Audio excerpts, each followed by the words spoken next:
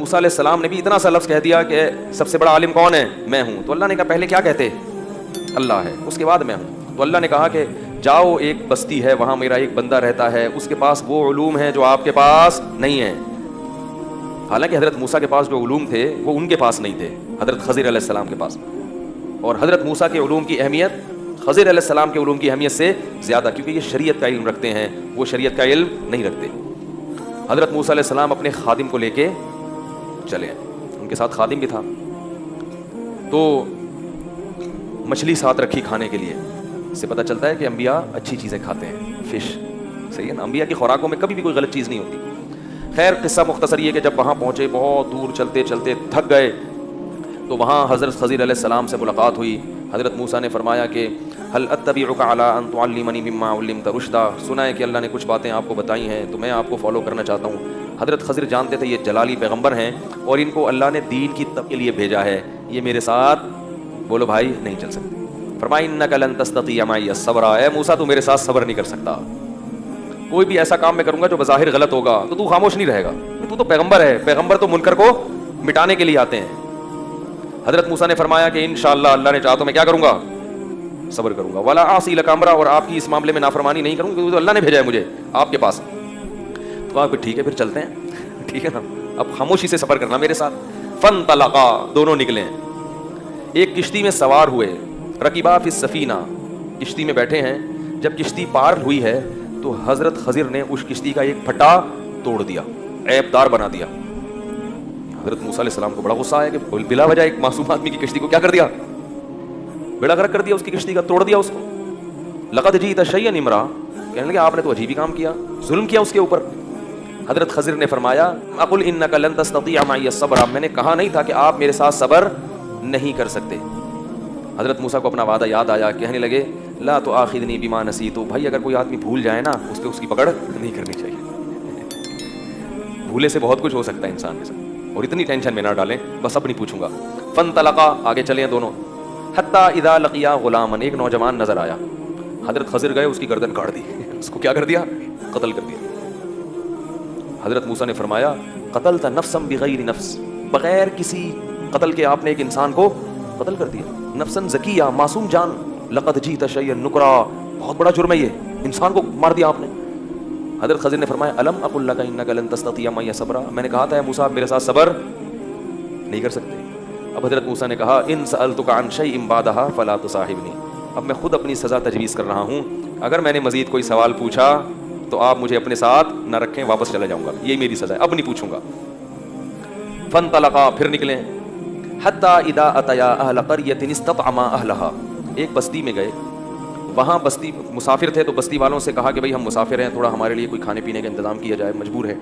بستی والے ایسے نیمبو نچوڑ, مسافر پر تو سبھی کو ترس آتا ہے نا, اور پہلے زمانے کے مسافر تو بالکل بیچارے ایسے, یعنی ان کے پاس تو وہ سہولتیں نہیں ہوتی تھیں, وہ ایسے نالائق بستی والے کہ انہوں نے ان کے اکرام سے منع کر دیا, انہوں نے نہیں یہاں کچھ نہیں ملے گا. تو حضرت خضر نے دیکھا کہ ایک بستی میں ایک دیوار تھی جو گرنے والی تھی, اس کو ریپیئرنگ کر کے صحیح کر دیا. حضرت خضر نے فرمایا کہ جو بستی, جو جس بیچاروں نے کچھ کیا نہیں تھا ان کے ساتھ تو ایسا سلوک کیا, کشتی توڑ دی, بندہ مار دیا بغیر کسی وجہ, اور جو نالائق تھے ان کی دیواریں صحیح ہو رہی ہیں. اگر کرنی تھی تو پیسے تو ان سے کیا لیتے, پیسے لے کے کر لیتے یہ کام. ایسے نالائقوں کے ساتھ احسان کیا آپ نے. حضرت خضر نے فرمایا ھذا فراق بینی و بینک, اے موسیٰ میرے اور تیرے درمیان بس, اب ہم دونوں ساتھ نہیں چل سکتے. رسول اللہ صلی اللہ علیہ وسلم نے جب یہ حدیث بیان کی تو آپ نے فرمایا کہ رحم اللہ موسیٰ, اللہ موسیٰ پہ رحم کرے, اگر کچھ دیر خاموش رہ جاتے تو اور پتہ نہیں کتنی چیزیں ہمارے سامنے آ جاتی. تو پھر حضرت خضر نے فرمایا کہ اب میں تمہیں بتاتا ہوں میں نے ایسا کیوں کیا.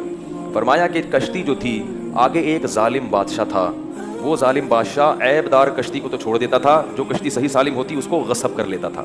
تو میں نے اس کی کشتی کا پھٹا توڑ کے اس کو عیب دار بنا دیا تاکہ اس کی کشتی محفوظ ہو جائے.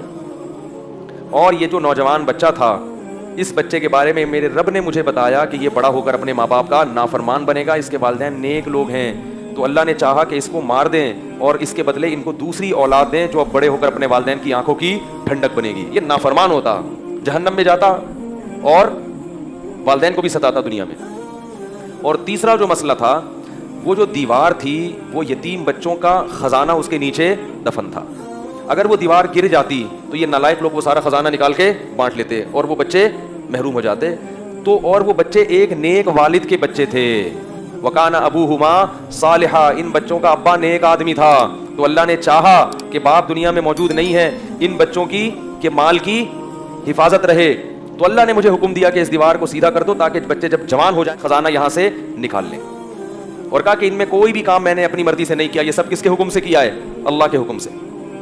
اس سے ہمیں چند اسباق ملتے ہیں. ایک تو یہ حضرت موسیٰ علیہ السلام کی نہی عن المنکر کا جذبہ, کیونکہ پیغمبر تھے نا, پیغمبر کس کام کے لیے آتے ہیں؟ برائی کو روکنے کے لیے. تو جو چیز نظر آئی نا ظاہراً برائی ہے, اس پہ خاموش نہیں ہو, یہ فضیلت ہے موسیٰ علیہ السلام کی. دوسری بات ہمیں یہ پتہ چلتی ہے کہ اللہ اپنے غیب کے پردوں سے کیسے کیسے دنیا میں کام بنا رہے ہوتے ہیں. ہم سمجھ رہے ہوتے ہیں غلط ہو رہا ہے, لیکن حقیقت میں صحیح ہو رہا ہوتا ہے. اب دیکھو, ان بچوں کا باپ نیک آدمی تھا. اللہ نے خضر علیہ السلام کو بھیجا کہ ابا چونکہ نیک تھا, انتقال ہو گیا ہے, تو ان کے بچوں کی پراپرٹی محفوظ رہنی چاہیے, خزانہ محفوظ رہنا چاہیے. تو خضر علیہ السلام کو جا کے بھیجا کہ دیوار کو سیدھا کر کے آؤ. اس سے پتہ چلتا ہے کہ نیک باپ کی اولاد کا بھی اللہ تعالیٰ خیال رکھتے ہیں اس باپ کی وجہ سے.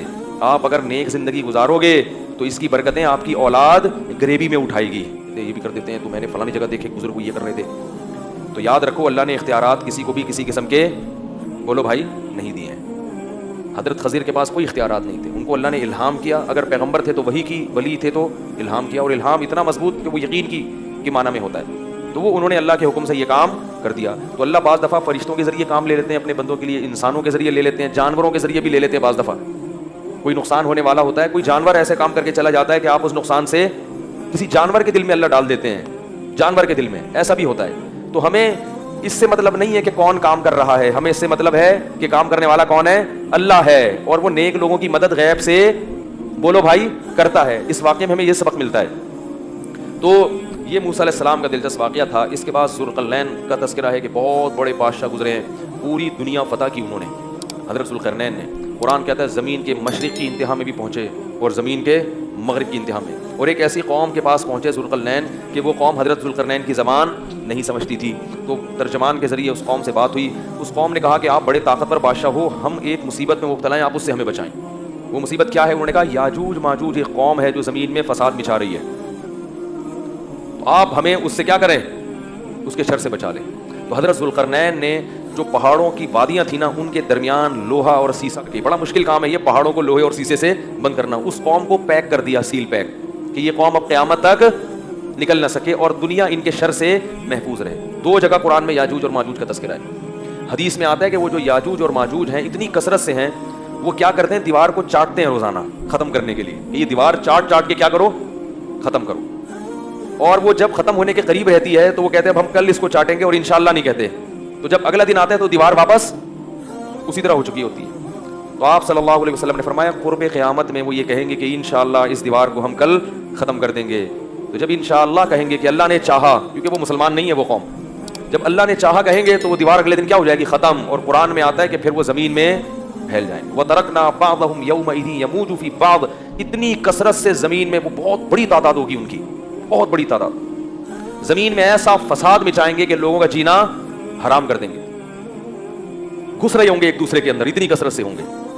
فرمایا, اور پھر حدیث میں آتا ہے, یہ تو قرآن میں ہے نا کہ اتنی کثرت سے ان کو چھوڑ دیا جائے گا. حدیث میں آتا ہے کہ حضرت عیسیٰ علیہ السلام جب نازل ہوں گے تو پھر یاجوج ماجوج کو ختم کریں گے, ان کی لڑائی ہوگی, وہ اللہ سے بد دعا کریں گے. پھر حدیث میں آتا ہے کہ اتنی لاشیں جب وہ مریں گے نا, اتنی لاشیں ہوں گی کہ ان کی لاشوں کی کثرت سے زمین میں بدبو اور تعفن پھیل جائے گا, اور اتنی لاشوں کو ٹھکانے لگانا مسلمانوں کے بس میں نہیں ہوگا. پھر حضرت عیسیٰ علیہ السلام اللہ سے دعا کریں گے, بارشیں پر سیلاب آئیں گے جن میں ان کی لاشیں بہہ بہہ کے ٹھکانے لگیں گی. پھر اس کے بعد دنیا سے کفر کا خاتمہ ہو جائے گا. پھر آپ صلی اللہ علیہ وسلم نے بتایا کہ حضرت عیسیٰ علیہ السلام کی معیت میں ایسا زمین میں پھر انصاف پھیلے گا, ایسا انصاف پھیلے گا, ایسی اللہ کی عبادت ہوگی کہ برکتیں نازل ہوں گی. ایک انگور کا دانہ اتنا بڑا پیدا ہوگا کہ لوگ اس کو سیراب کر کے, ایک انگور کے دانے سے کئی آدمی سیراب ہوں گے, اتنے بڑے بڑے انگور پیدا ہوں گے. کیونکہ جب تقویٰ ہوگا نا زمین میں تو برکتیں آسمان سے نازل ہوں گی, پھلوں کے سائز بڑھ جائیں گے, ان کے ذائقے بڑھ جائیں گے. ابھی تو دیکھو چھوٹے ہوتے جا رہے ہیں, پبلک بھی چھوٹی ہوتی جا رہی ہے, خط چھوٹے ہوتے جا رہے ہیں.